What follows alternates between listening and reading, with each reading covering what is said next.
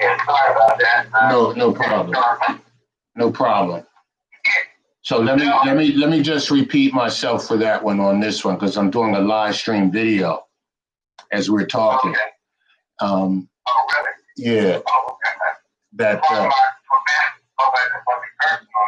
Yeah. I have you in the background. Oh, okay, well. Yeah, it's Yeah. that scholarship should not be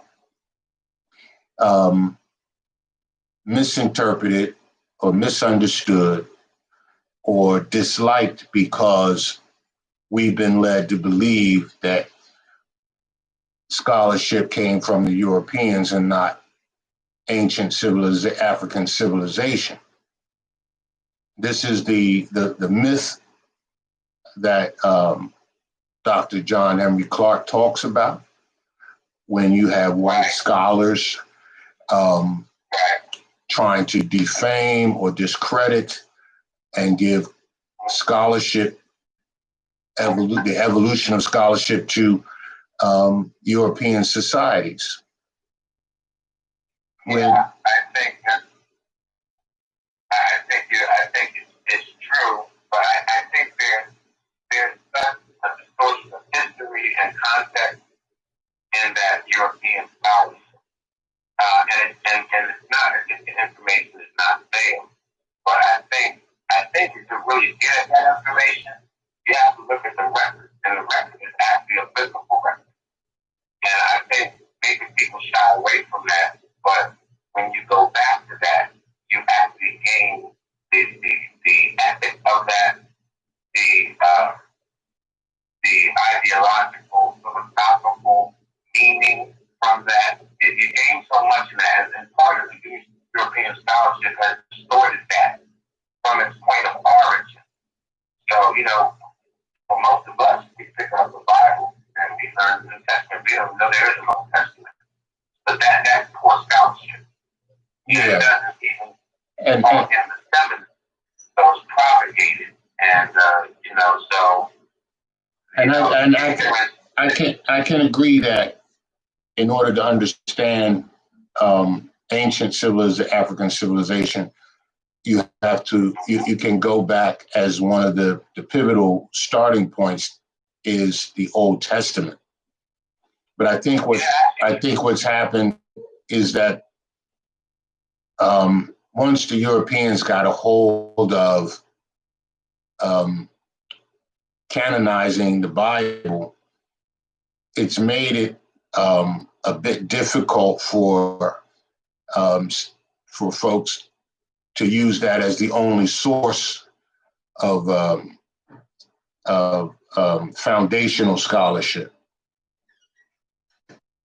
I think, but it does get at one core piece of scholarship, and that's the behavior. It gets at the psychological component of research in some ways. I think that's the only thing that we have written as a historical evidence of behavior, related to behavior. There are books, there are hieroglyphics, there were schools and libraries that were burned and books that were burned that was record of behavior and thought of ancient Africans, but much of that is gone, and we have to use the Bible as one of the critical pieces to understanding behavior. If you understand slavery, and of course, when Jesus was born, he was born in servitude, and it actually was recounting the same historical story, repeating itself again. But even to the degree of European scholarship on the Bible, the Europeans didn't distort the scholarship in the Bible, because when you start to listen to Greek works like genealogy for the birth of Jesus from Abraham to Christ, to his birth, or if you go to say Luke 3:23, which links Jesus' birth all the way back to him being a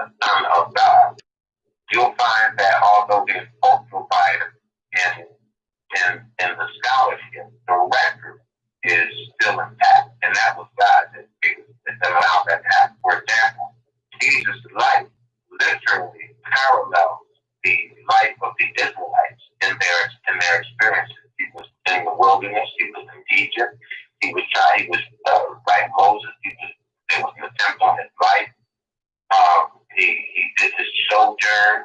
He was from his hometown. Mm-hmm.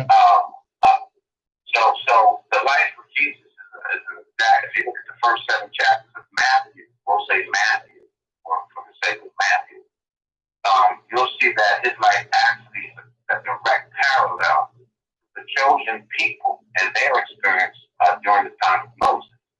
Well, So and the genealogy impact is irrefutable. It's a genogram like none other, and it's 100% accurate. Right.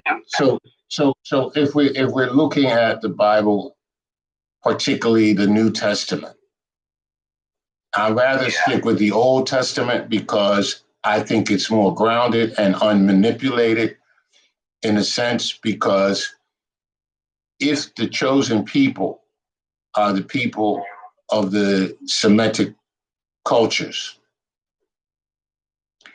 then that's right. Then this premise can be made that when we speak of being born of God or sons and daughters of God, then that means all the Semitic people.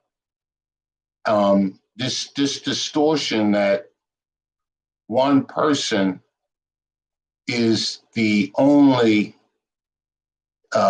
example of God contradicts the New Testament, that we were born in his creation and likeness. So what I want people to begin to understand is that is a metaphor. It's speaking metaphorically, philosophically, that Jesus came in the form of man. We know this because we're born man and woman. It's just that Jesus spoke a message as a prophet, like many who have.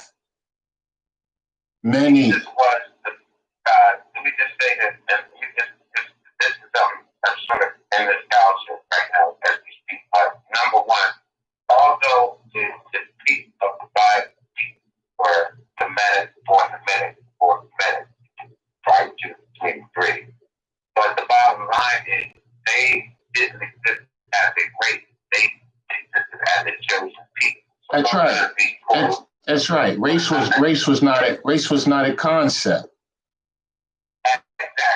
So now part of what their ordination was to rectify the fall of man. And these were the people, and man was made in the image of God, and they were the people that were to usher in the Gentiles, which in this case would be all men, or let's say all races.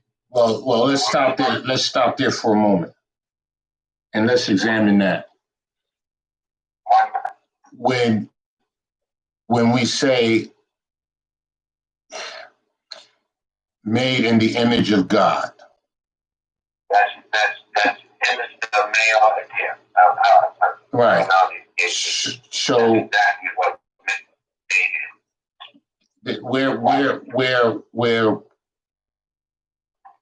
where the challenge comes in metaphorically is that one man has a message, intuitive message, listening to his spiritual conscience, which I believe was the blanket over all Semitic people. That was why they had the abilities to be able to do what they did, build what they built, and have such early civilization, and have such a positive side of energy for welcoming strangers into their land. And while they were given such an abundance of things, that land, that land, that promised land is already there. That land isn't somewhere else. That land isn't Israel. That land isn't Jerusalem. That land is Africa. Africa is the promised land. It has all the abundance of everything. I get that. So the metaphor, the metaphoric piece of why religion creates such a convoluted, and everybody draws from it, is because other cultures are trying to deny that Africa is the promised land. It's the land of abundance, the land of wealth, the land of riches. It's there. That's not biblical. Let me tell you what. First of all, it may not be biblical. What I'm saying is I'm moving away from the metaphorical things of the Bible. We have not discovered anything that the original folk who wrote the story of the New Testament. We have not studied that enough to know that people move away from it to the New Testament. The Old Testament needs to be understood that story is a story of a man, of a people who try to get understanding of who they are and relative to the universe. That's debatable, and that's really based on scholarship. And that's my argument, because nothing has proven anything else otherwise.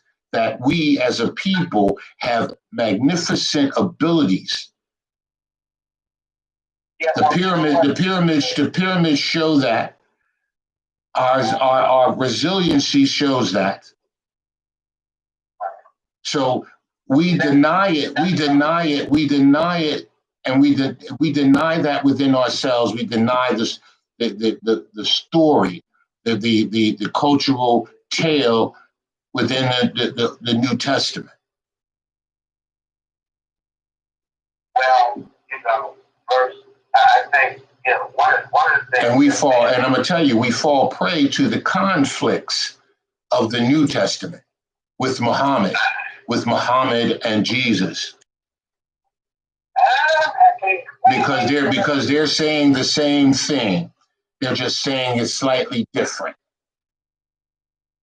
Well, it's all story, because we know that the Islamic faith derives from. So you got. We must elevate ourselves above the normal dogma of research around the Bible. It's not that I think Abraham's son was his first son given by the handmaid Hagar. That was his name. But the point is, man is really the reflection of the omnipotence of God. That's right. Of himself, trying to mirror himself. Right, exactly. So that means really this, Israel is the pyramids, the great works of art and culture, that are all for reasons, and that was for God to use that. And God dismantled that, because the Pharaoh the stone for an example for us.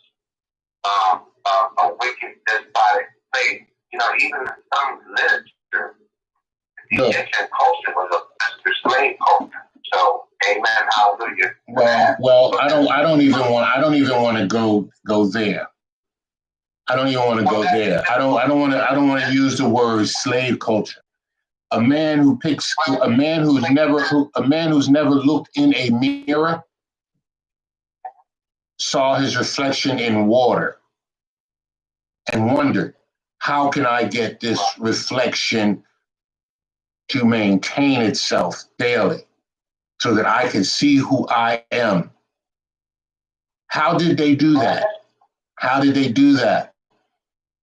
Is the question.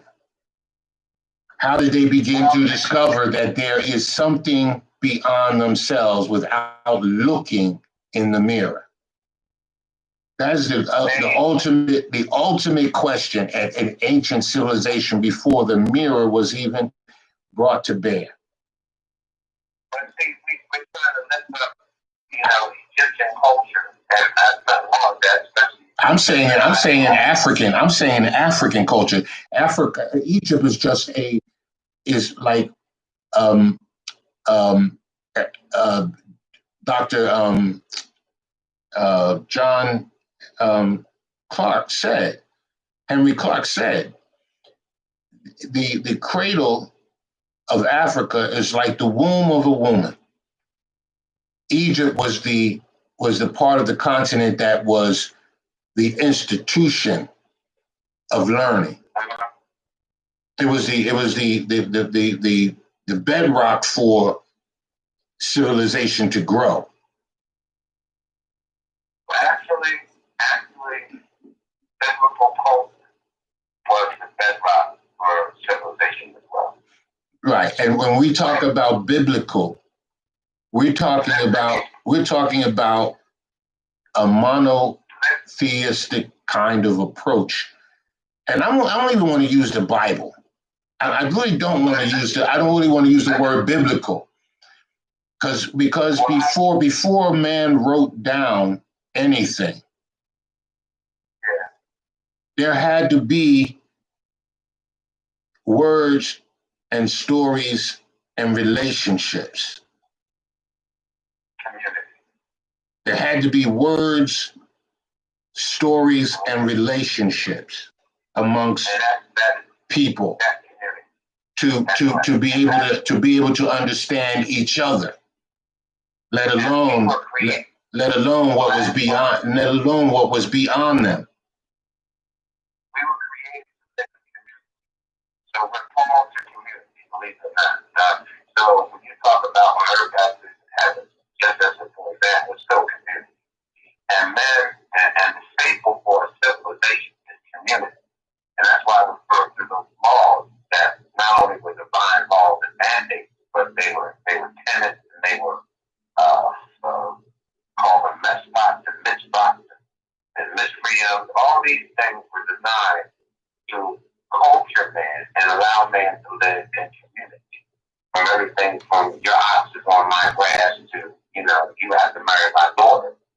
And that's across all regions. That has no boundaries because we're created to be in culture, whatever your culture. Well, this goes back to what my first premise was, and I'm glad we're here now, because my first premise was, in order to understand anything about ancient cultures and civilizations, we have to understand the behaviors, why people did what they did, how did those behaviors emerge, and the Bible is a key catalyst for that, especially the Old Testament. But the Old Testament is not enough to explain, particularly that when Europeans got their hands in it, doesn't explain the behaviors in a way that are cognizant and in reality. There's a lot of mythical fable or wanton non-scholarship in the New Testament.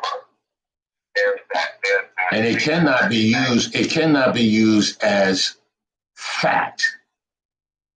The New Testament cannot be used as fact, nor can the Bible be used wholly, entirely, and holistically as factual evidence to explain such a broad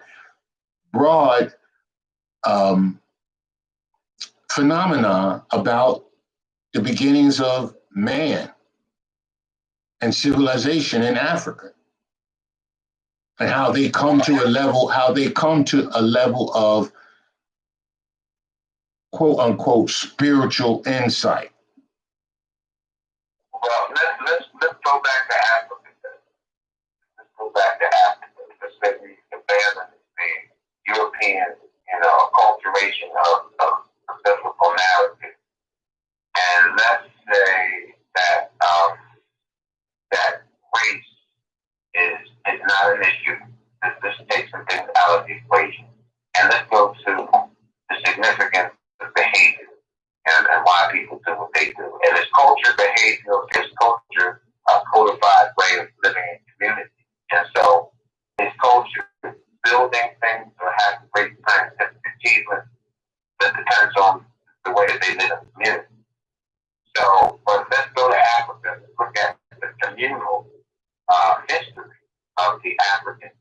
And so what drives their behavior, to your point, what drives what they see, what they think, how they act, how they feel, what can we take from that? What drives the Semitic people? Right. What do they have to offer you and me today, historically, that we can actually draw from? What's their cultural narrative, for example? Which of those narratives do you ascribe to? It's the birthplace of Africans, the motherland, and on and on and on. So where do I start with Africa? Outside of just being black. We can start at the rivers. We can start at the Nile, where there is water, life-sustaining vegetation, and atmospheric stimulation of beauty and life. That's right. By all means. Those things stimulate psychological, intuitive curiosity in any human being. It also causes amazement to take place in the mind. And it also creates exploratory behavior. That's what it looks at now, when it falls back, it's green as anything you've ever seen. When you're in a desert and you get hungry, natural phenomena is to seek something to eat. When you live near the Nile and there's vegetation and you get hungry, you naturally eat what is appealing and tasteful. Yes. And you live. And fish, not to mention. That's right. And the natural thing is to share what you can with someone else who may not know. So it brings about an exploratory nature within the human being when they have provision. Given provision, you can either do two things in human behavior. You can think like selfish and try to hoard and gain or be manipulative of that environment to gain just for yourself. Or you could share in the abundance in the community, creating an environment of abundance and community. Let me ask you a question. I'm definitely saying that same thought. All right? Mm-hmm. So let's say I'm in Egypt, I'm on the plains of the great waterways and the great agriculture, and I'm visiting all of this, right? And that's me. I'm there right now, you and I speak. Now I want you to fast forward me to Germantown, Worcester. Then we have what you call a. Bear with for a moment. All right. Fast forward me to Worcester, and now I'm going to hurt you. I'm going to, in other words, I'm going to rob you, I'm going to hurt you, and God knows what I'm going to do to you. But that's still me. So I kind of say, you can't lump a whole group of people together or a culture and then not be able to move forward and see that that's all circumstances.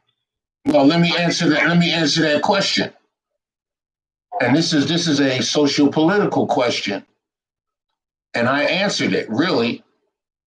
But rhetorically, you want to show a comparison. The comparison is when you live in a culture that you don't have abundance, and you have a people who may have found ways to get something from that environment. and others may not, then you create an environment of deceit and theft and envy. These are all natural behaviors within us. In our neighborhood in Germantown, fast forward from ancient Kemetic civilization, Right. this neighborhood used to be filled with employment opportunities and factories and opportunities to work, abundance of them. Right. That's right. Out of greed and irrational fear and selfishness, these white companies left these communities when we decided to move here to find and share in that abundance. And they began taking away other things like schools, anything that was resourceful that could cause creative thinking and increase the ability for a human being to reach a higher level. You remove that from that community and you then change the psychological dynamic where people are like crabs in a barrel. Right. So there we go. So we know if we fast forward to some degree to the America experience, you're going to find that people don't have that space to go and be imaginative. They don't describe certain definitions and places and positions and roles, and they're labeled inferior and on and on and on. So that's a new era. That's something that now the same cold, callous desert experience, let's say, what we were backing at against versus Egypt and the desert people. But when you fast forward, that's a brand new situation. For example, you could have desert people who were coexisting with the Egyptian people. If you put them in Egypt, right, fast forward, what's to say that they would have the same imaginative abilities? They would have the same contemplative abilities. Well, let's see it this way. Along the 400 miles or more of the Nile was the top of Egypt, was the east side of Egypt, or east side of Egypt. Man, the Kemetic people decided that this was a place to read or to discover civilization. Alexandria and the like, the people who built the first pyramids. That was a way for them to say, hey, we can make a city here. Those are the precursors to the first civilization. Here's a barren place that no man likes to come. Let's make it close to the rivers and let's build pyramids to have a place to be cool. Inside those pyramids, you could be cool. They understood that. And you could still live. And they built all their pyramids close to the rivers Nile and Thebes. Amazing, my friend. And universities to go with it, they were absolutely amazing. I have a number of folks, big size folks, large, of the amazing Egyptian culture. And not only did they just build them there, they build it in such a way where you could travel up the Nile to get to the institutions of learning. They was awesome. Don't get me wrong. Them folks, man, they were awesome. You know, but I think they were part of the timeline of history, which we are living now. Mm-hmm. And we're seeing politics of extinction and the Egyptians had that when they killed all those kids and had set Moses on a boat. Mm-hmm. And at that, we killed all the innocents and sent Jesus back to Egypt. And we got that now. We've got a policy of extinction operating in our time. And so, you know, unfortunately,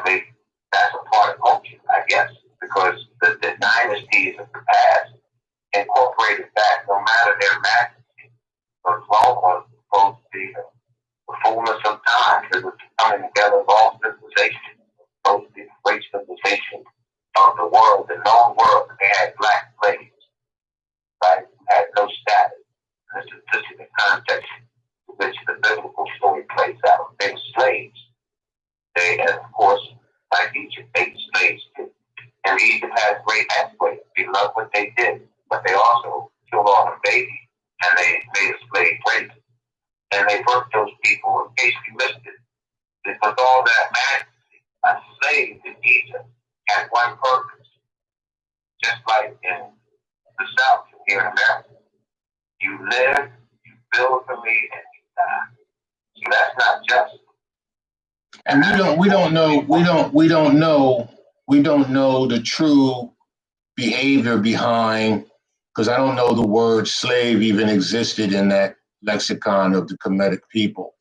And I don't believe the concept of slavery in the definition of European ways of looking at it is the same concept that the Kemetic people were working under to build ancient Egypt. And we don't know the understanding of that fully. And I'm not going to compare it to, I'm not even going to accept until we find more research on what words or how the economy or commerce or the behaviors of building something and the use of people in that process can be uncovered. Now, Europeans would say that Egyptians had slaves, but slave is a word that was not even part of their lexicon. Now, the Romans may have had slaves, and they may have had whatever, but we don't know if the movie about Egypt where they was beating and whipping them, because I'm quite sure whipping someone and beating someone to do something is not how you get things done. You kill off more people than you have to feed people and make them strong to be able to. And Hollywood, there's a great distortion in that. These weak men pulling these big rocks and all. That's not how that was. And I'm almost sure, because they lie so much, they have no credibility.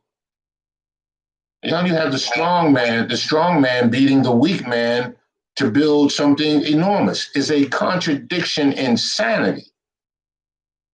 Think about the Egyptian slave culture and the George Floyd event.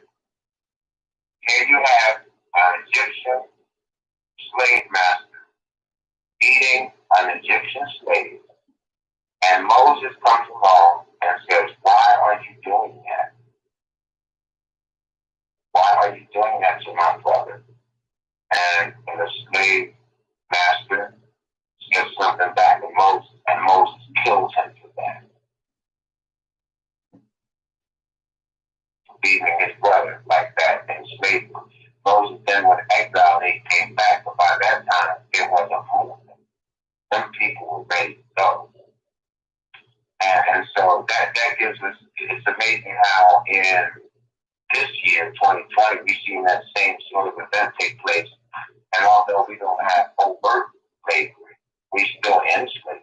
We need to understand the story of Pharaoh and the slaves, and from that tale in the Bible. We need to really understand that from not a European context, but we do. Exactly right. We do. You know, we need to really understand, because I believe that story is somewhat twisted for European prevalence. Roman. I don't think they capitalized the story. From what I can tell, I read all the stories. Don't look like I see that had some stories.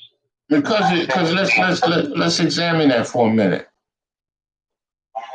A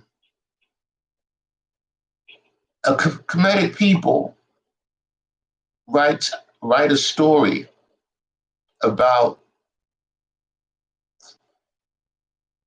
It's just confusing to me how you can have such great things being built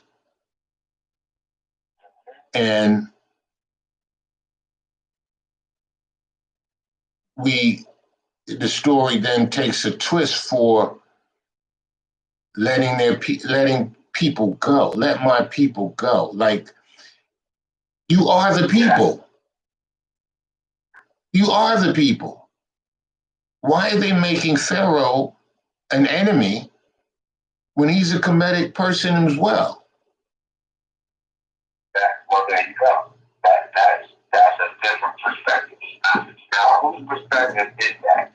Just as your holiness perspective right now, who would you ascribe to be the owner of that perspective? That people or you? Or you know who I'm thinking? You know who I'm thinking? You said it. Cleopatra was in a relationship with who? Solomon. Who? Solomon? No. You said it. He sailed all of the Mediterranean. What's his name? Talking about Hannibal? No. Cleopatra and was visited by.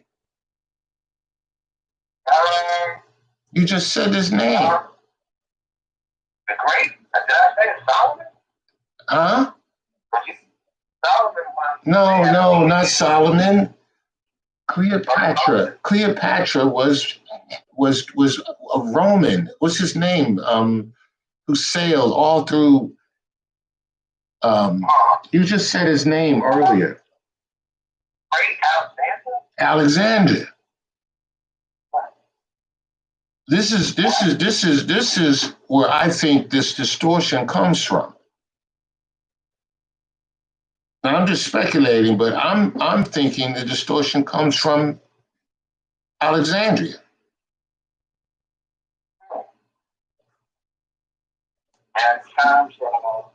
Demonizing the story of Pharaoh. Okay. Demonizing the story of the Pharaoh and that great civilization with the visitation of Alexandria. If it wasn't for Cleopatra being the woman that she was, who helped to save that civilization from Alexandria, that story could have been distorted and made to seem less than what it was.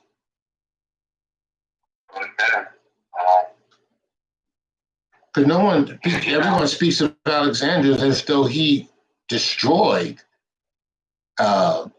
Egypt. Like he was the one who came and rewrote the thing as though it's not what it seems. That's true. One of the courses I took in college, I don't know how you took it. I think I did. In seminars, what they call systematic theology. Mm-hmm. So, one of the things, and you're a big systems person, and I get that. But one of the things that I'm learning is the systemizing of history, and that history is really systematic. It all of it makes sense. So there's a place in it for everybody, even for the attack. But it's systemic. It's continued. And once Hollywood gets a hold of it, they will distort it. Well, we know the bias that's there. But that's certainly not, and I don't want to go back to God, but that's not the truth. That's right. Let me just say, the systemology of man and history is premised on, believe it or not, the truth. That's right. So that's what systemizing man and history is based on. Believe it or not, it's not based on a left turn or right turn. It's based on community. It's based on unity. It's based on codifying principles that keep and allow man to exist one with the other. Yes. It's based on creation. It's based on the creation itself. It is based on man with dominion. Believe it or not, we go back to that. It's a real system. You know, this universe is based on a system. That's right. Sunrise. It's based on a system of what we talked about in our first couple of hours ago, was the system of balance.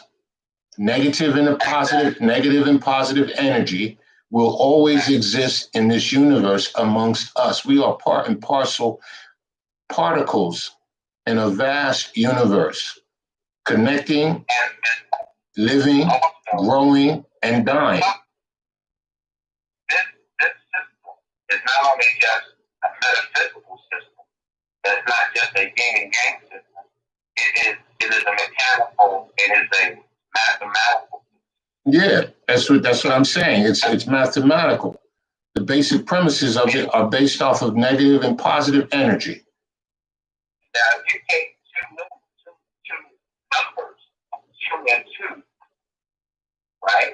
Mm-hmm. And like we hear in our culture today, and you try to fix CNN business, and you try to tell me that that's 3, I've got a question.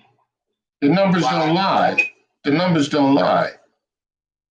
Exactly. 2 and 2 is not 3. So, I mean, that's a whole different argument. And people kind of take that argument these days, you know, like with the election. Okay, so 7 million votes, 200, 306 electoral votes. But guess what? No didn't win. That's right. So, okay, so now, what do you want me to do with that? Do I want to subscribe to that? Do I make people making an argument out of that? It's an absolute, but that's not how the world works. That's not how creation works. That's not how the sun rises. Right. There's no alternative realities. There are none. That's not how the tide comes in. Right. That's not how that happens. Right. So, and if you want to know the truth, you have to deal with the facts first. There you go. Yes. And those are creative facts because they're the bedrock and they're the foundation of the universe. Mm-hmm. And that's how research should be done. Research should be based on facts first. What is evident? What is factual? Not what is outliers.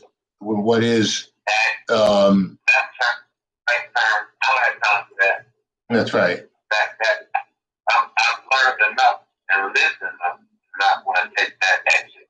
Mm-hmm. You know, so what I'm trying to do is cut to the chase and expand my understanding of history, of race, of culture, of code, of ethics, of humanity. In today's world, this is a real issue. We define man, right, as being moral to some degree. Because we say, and could say, and it could be our complaint, that some of the policies we're seeing now are inhuman, right? But we're hearing the argument that no, that is human. It is human. It is human. That is.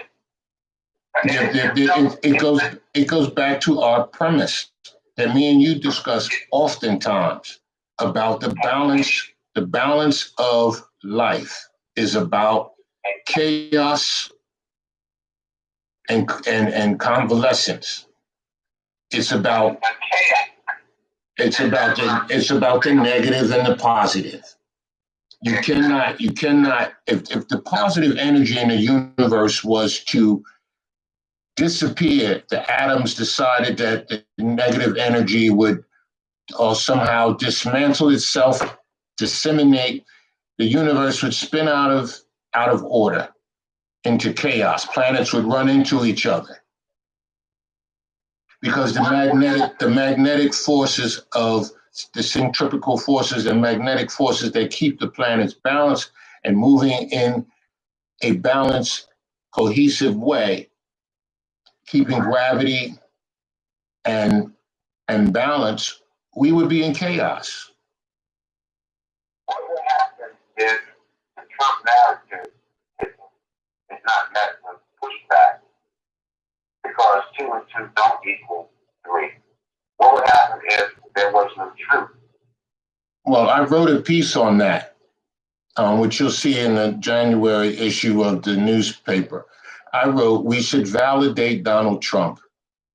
We should validate Donald Trump because Donald Trump is part of an energy that we needed to see. He didn't even realize he was being used, or he is part of a bigger evolution of things. He doesn't see that because his ego doesn't allow him to. But in, That's the same thing that was taking place in Egypt. If I would go back to my study, and it's an exact parallel with what took place with Egypt. This great thing was really existing for a purpose. That's right. That purpose was just to bring truth to something greater. That's right. That's right. So we're there. There's no need in getting mad at Donald Trump. And there's no need in saying, oh, why? If you're intuitive and you understand the universe and the divine providence, you understand that there must be chaos before calm. There must be something to balance out the equilibrium of spiritual growth, and that is positive and negatives. The positive and the negative will always give you a positive.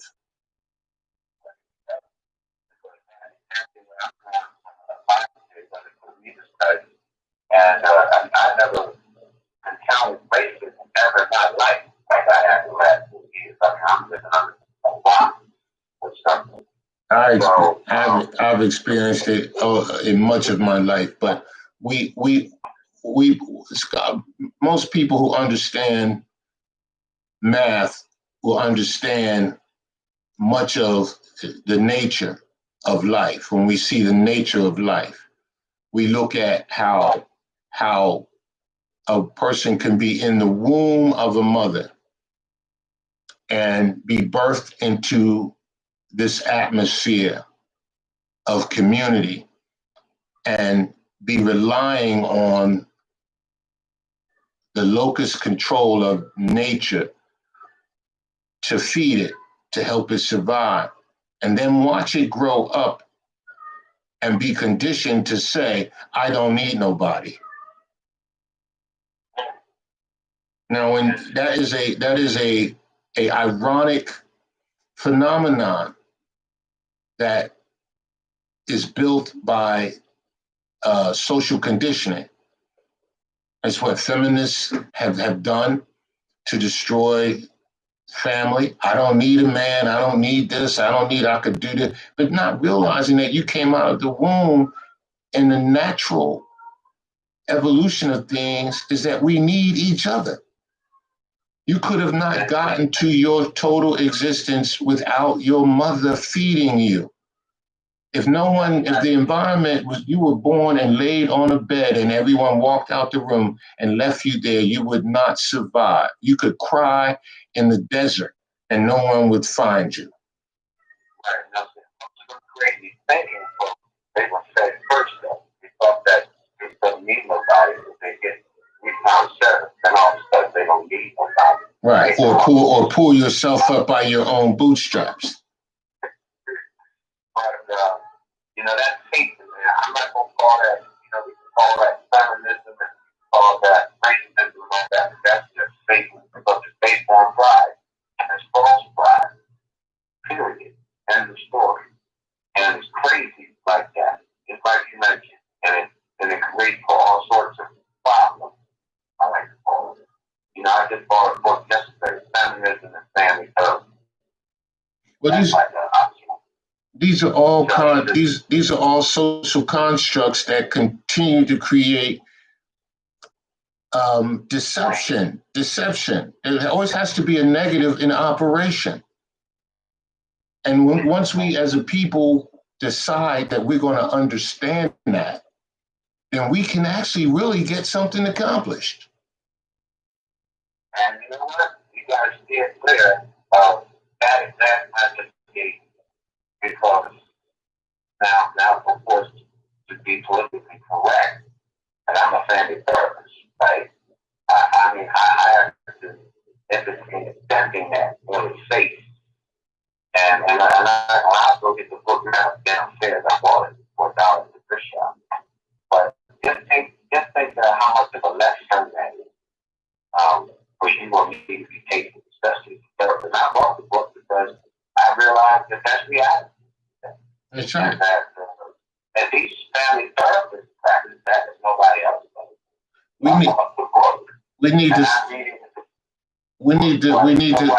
We need to stop running from death and understand that that is a critical experience that we must accept, and not be delusional about that life is supposed to only be good and you're only supposed to do good. You're supposed to always be prepared for the unexpected evils or opposition to your worldview. And that's the curse. So we're meant to live forever, and we live on a curse of death, and that's deception. That's why deception is dead. We live to grow, but we live to die. We live to grow, but we live to die. We ain't supposed to die. So that is a big part of our experience, believe it or not. That's the enemy calls death because it's better than death. But we're not supposed to die. If you're as great as those Egyptians that you admire in that way. Well, there's a spirit realm that tells us and provides us with some type of hope. I hate to use that word, but supposed to provide us with some type of existentialistic hope that this phase that we're in the universe is like a seed in the soil when we were in our mother's womb, and then we came out and we blossom into this flower, and then we leave here and go act as a dead seed into a new universe. Exactly. That's it. You know, in order for something really has to die. But that is still a purpose, and it's part of our human condition, and it shapes our human condition. And unfortunately, it's premised on deception. That's why deception is the secret deadly, but it kills. And for those people who deceive us to believe that they don't need nobody but themselves, well, that's that process at work. And I believe it creates fear, and fear is what I believe takes our life early. It's true, bro. It makes anything else. And we're taught fear. That's right. Because we know that fear will kill us. Fear kills us. Fear kills us. If we could formulate a study that talks about or investigates, does fear affect longevity? You better believe it. I said not. Martin Luther King said, everything has its place. Longevity has its place. I wonder if it's affected by fear. Because if you live in fear, you will do things and behave in such a way that could put you at risk. Yeah, you know, it's amazing. There's a healthy, but it's on an esoteric level, because this conversation that we're having now is a conversation for our time. Yep. It's a conversation that we should be having now, but there are some evil forces out here in all of this. At the end of the day, and what we're really talking about is deception and being guided. We're trying to figure out life here, and we got all these different versions of life here, and actually to get the wrong version is the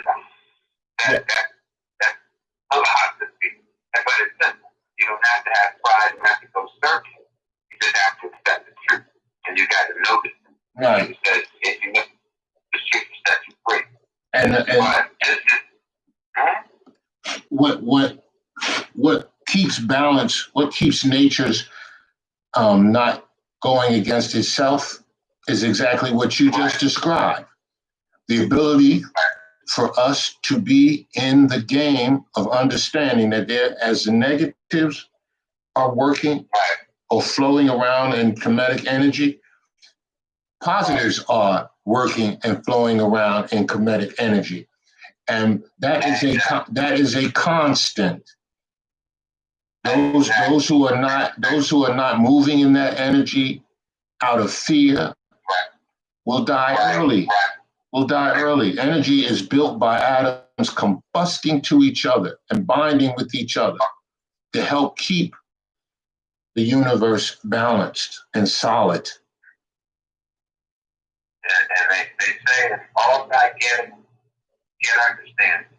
That's right. Because one thing I don't want to do is mislead a person. And so what I'm doing, and I'm realizing that that there's a lot of race theory that I knew and heard, and then some that I did. I know my own experience here in this country, and I know race is not what it is, but it's what it does. And I know it's what it does to me. Yeah. And I know what it's doing to people in COVID now. And so goes the story. You got people now, here again, that got $3,000, $4,000 mortgage payments that they can't make. They ain't got no job. They're not healthy. They got kids to feed. The man is not there. They got all these theories. Some of them ain't good for them, but it's one thing to be a wife and another thing to be a woman. So we have all these next level qualities that we need in this life that a lot of people aren't getting, like raising children, family therapy. So I mean, I can tell you that. But one thing I'm trying to do is get a hold of what, like to your point, is validation. People are invalidated because of racism. And we know that in this big distorted picture that we're in, that it's been biased towards a group of people out of ignorance. So I'm not even talking about the people. I'm talking about the ignorance, theories, the beliefs, denial. Well, we know that COVID, if it's not teaching us, you and I know that we have to continue to look at why things happen. There's no accidents and there are no mistakes. We have to know that in this situation that has put many of us in precarious, almost unhopeful situations, how can we get the message across to Black folk that this is actually an opportunity for them to learn as a race and culture of people to never fall asleep and make the same mistakes again by buying into a racist culture? Like when we get up out of this, when we work from now on, we work for a purpose. We don't work just to consume. When we get up out of this, we don't just educate to lay back. We work to build something. Maybe this COVID is the answer to what nature is trying to get to us. Nature will always heal itself. And those who are willing will listen and will take this experience of COVID and the pulling back the curtain that Trump did, and we can now see our eyes wide open and see this thing for what it really is, and learn the lessons of apathy, and learn the lessons of laziness and settling and being passive and taking things for granted. I'm looking beyond racism. I'm looking beyond racism here. This is an opportunity for us now to not look at racism anymore. Racism is just a pariah idea, a concept that we've adopted. It is behaviors. But in a system Where racism was inflicted, listen, where racism was inflicted upon a people, there had to be some psychological damage, but some psychological healing. And at this point, there must be some psychological understanding of why we need to start moving away from accepting ideological socialization of a culture that has been oppressing us. So race theory is not just what it is. And so it is, in fact, what it does, however. So we have to, in this moment, build new systems and not racist systems. We can't continue to promulgate racist systems. Right. We cannot swallow that pill, even though it may exist, even though actions may be taken upon us. We cannot swallow that pill. We must go in a different direction of non-reliance on a system. We are now at a point where we're not relying on it. We have nothing. We're sick. We have nothing. We have no jobs. We're on the bottom. What more do the message has to tell you? I'm going to share something with you. For you to be self-sufficient, for you to find ways to make a way for yourself without having to live up to some European standard of wealth. Build your own wealth a penny at a fucking time if you have to. If you have to work a job and take a penny to do whatever you do, do it. Asians did it. The Koreans in North Korea did it when they were bombed. They did what they had to do, and they did it one step at a time. Yeah. Without the coercion of external European ideological frameworks. This is our time we're at the bottom. It's our time for us to wake up and say, it's time to rely on self and others within our community, our Black community.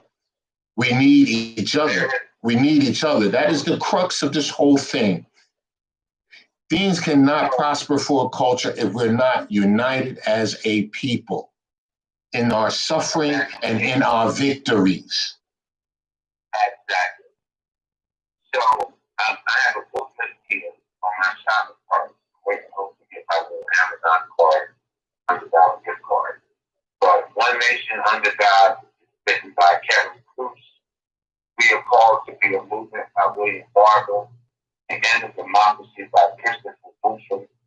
The Third Reconstruction, How a Moral Movement is Overcoming the Politics of Division of Fear, Reverend Gardner. Reconstructing the Gospel, Finding Freedom from the Flame Holder, the Mitchell, Jonathan Motion Hartberg. And then the First of Hate, Grace and Slavery, Early Judaism, Christianity, and even Islam. Jews, Christians, and Muslims. Speaking to your phone a little louder. I'll say, yeah, and I'm saying the last was the First of Ham, Grace and Slavery, and Early Judaism, Christianity, and Islam. This system of thinking has existed and moved its way through Judaism, Christianity, and Islam.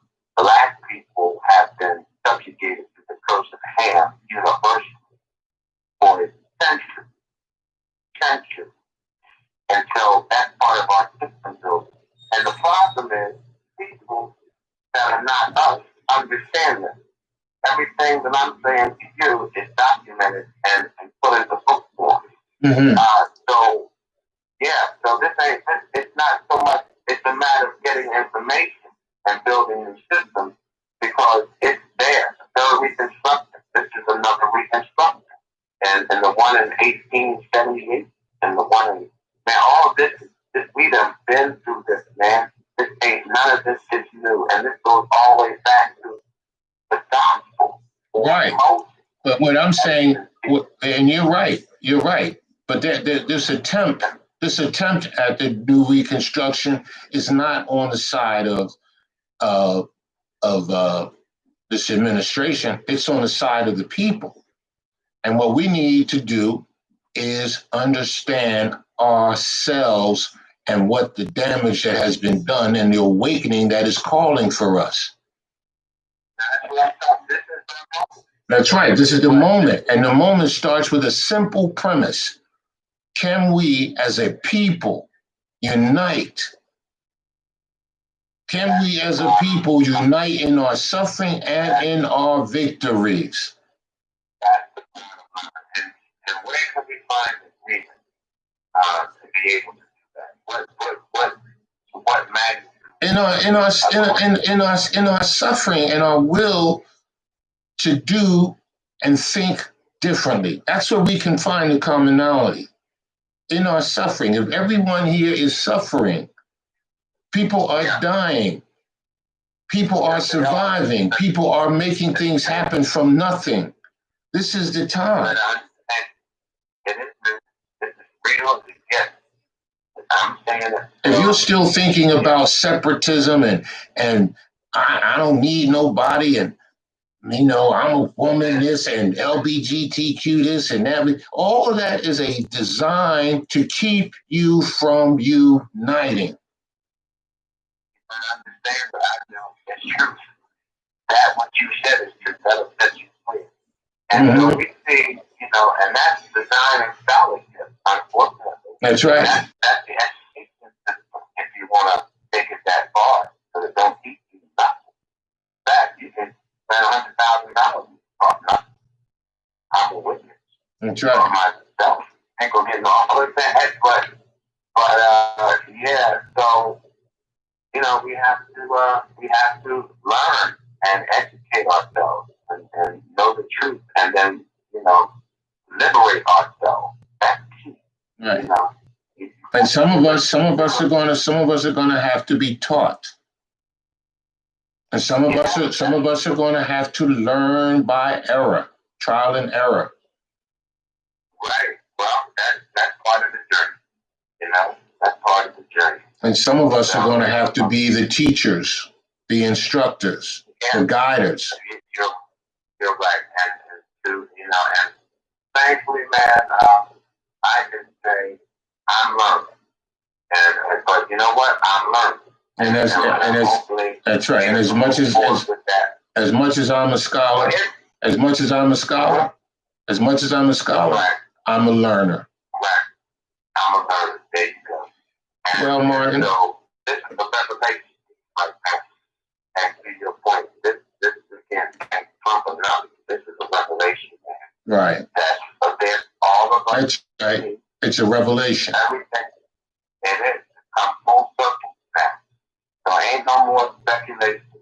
And the scholarship is out there to the end that this thing can be reconstructed into a logical narrative. And it can be construed to be a call for a movement. And in that movement, there should be no more blaming. There should be no more pointing of the finger. There should be pointing the finger at yourself and looking in the mirror and finding a way to as a culture, to say, what are we doing wrong? And I can tell you one thing, you're swallowing the European cultural pill of their own identity, and you're losing yours in the midst of taking that medicine. That is true. That unfortunately. Stop swallowing that pill. Stop swallowing that pill. Stop telling yourself that you're sick. Stop telling yourself that they are the problem. They're only the problem if you let them be your problem. Exactly. That just makes I'd rather be poor than to have and swallow that pill of poison to help me kill myself. Well, that makes a lot of sense. We don't disagree on that, but that's reality. That's the truth. And that's the power of the air. So, the European is just that thinking is just a power that's out there that will overtake you, like many other power positions of power. Mm-hmm. You gotta learn to say yes it is. And we gotta learn to look at their cultural identity as questioning it, not adopting it. When you look at their media, look at it with a questionable eye and always ask yourself, why are they doing this? Don't just say, oh, wow, that's cool. I like that. I'm going to get that. No, ask yourself, why are they trying to sell me? And one of the things I'm going to make it less esoteric, and I do want to, whether that's right or wrong. But a lot of this, man, their behavior is based on their belief in the black man being cursed. That they have that as a culture. That's almost a code of honor with them. It's part of their culture. It's been infiltrated into their culture. I ain't gonna say this so much ours. You know, we get the Willie Lynch narrative, and we learn that from them. We learn not to like each other. That we're not likable, and on and on and on. And we're not worthy of living. That whole slave mentality explained on their part, their team.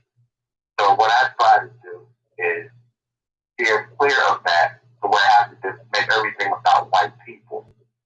That's right. And try to understand white people, and then understand the bigger picture. That's great. In the bigger picture, it's not about white people. That's right. Believe it or not. Stop making them your focus. Right, exactly. It's about what we're talking and how we got here.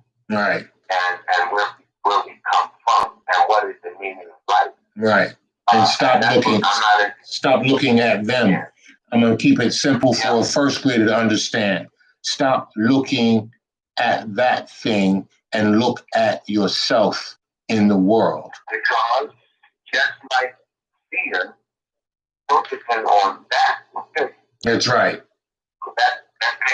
That's right. And it will make you feel inadequate. At the same time. That's right. It'll make you feel invalid. If what this designed to do, maybe it will, if you let it. But it depends on how much credit you give it. So I'm not interested in white folks and what they're doing. I'm interested in humanity, and I know what that looks like, and I know that's changing because of basically political and social political reasons. That's right. I think there's a bigger picture to that, which I understand, you know, and that is that's just that devil, and a lot of folks don't believe in the devil, and that's why he's doing what he's doing. That's right. But we're at the end. We're at the end of the hour, and this is live, and I hope you guys enjoyed this lecture with Dr. Lorenzo Woodson and the Reverend Martin Wright. If you like it, please hit the likes and share. And the universe agrees with the made-up mind. And we'll talk to you soon. Till next time, have a good Sunday. Hold on, Martin. I'm going to send this video to you.